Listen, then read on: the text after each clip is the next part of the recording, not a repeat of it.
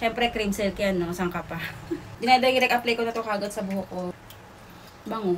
Ang bango. Ito nga yung ginagawa kong conditioner ngayon. Itong Cream Silk Daily Treatment Keratin Rebond Straight.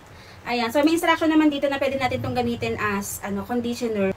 So, in fairness, yan, no? Ang dami ko na nagamit, halos nangalahati na nga. In fairness, maganda siyang gamitin, no? Malambot siya sa hair. Ayan. Alam niyo naman yung buhok ko is extension lang, pero kita niyo naman, malambot siya. Ayan, Lalo kapag na-plancha ko palalo yung buhok ko, na-straight talaga siya. So, maganda siyang gamitin. Siyempre, cream silk yan, no? Saan ka pa?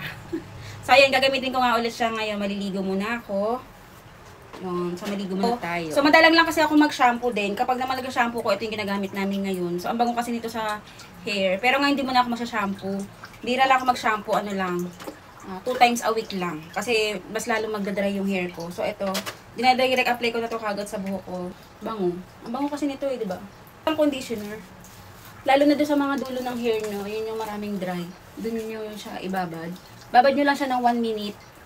And then, ayun, pwede na natin siyang banlawan. So, ganyan lang, Ang dulas na sa hair, tapos ang bango-bango niya. Ayan. Ayan, So, ayan, magbabanlaw muna ako din. Ipakita ko na lang mamaya pag natiyo na yung hair ko. So, ito na nga yung hair ko after kong gumamit ng Cream Silk Keratin Treatment. So, nakita nyo naman, diba? Medyo basa-basa pa to, pero makikita nyo na kagad na bagsak siya. May straightening effect din kasi siya, kaya ito maganda talaga itong gamitin, lalo na kung mga bagong rebond lang kayo, gusto nyo i-maintain yung hair nyo, ito na yung gamitin nyo, itong Cream Silk Keratin Treatment.